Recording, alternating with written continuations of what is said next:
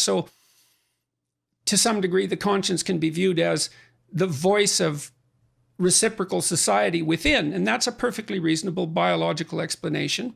But the thing is the deeper you go into biology, the more it shades into something that appears to be religious, because you start analyzing the fundamental structure of the psyche itself, and it becomes something. Well, it becomes something with a power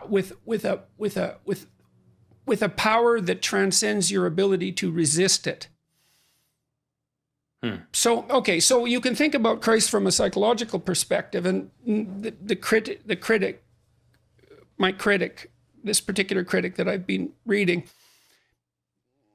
said, well, that doesn't differentiate Christ much from a whole sequence of dying and resurrecting mythological gods. And of course, people have made that claim in comparative religion. Joseph Campbell did that, and Jung to a lesser degree, I would say, but Campbell did that.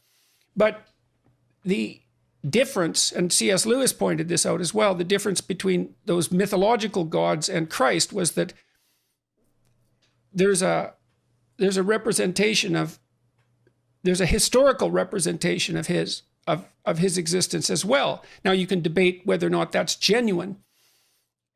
You can debate about whether or not he actually lived and whether there's credible objective evidence for that, but it doesn't matter in some sense, because this, well, it does, but there's a sense in which it doesn't matter because there's still a historical story. And so what you have in the figure of Christ is an actual person who actually lived, plus a myth. And in some sense, Christ is the union of those two things.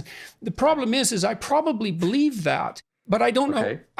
I'm amazed at my own belief, and I don't understand it. Like, because I've seen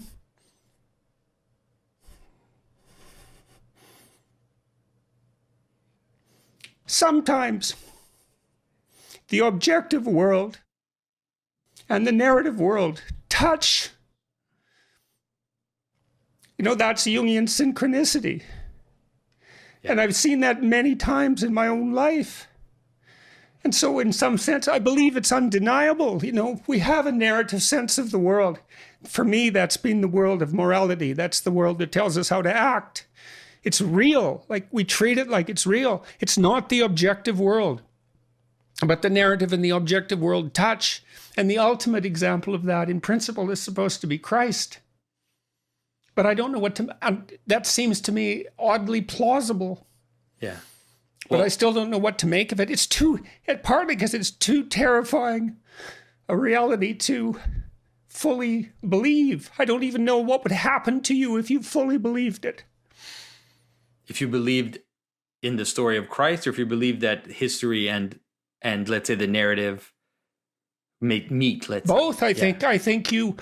Because when you believe that, you buy both those stories. You believe that the narrative and the objective can actually touch.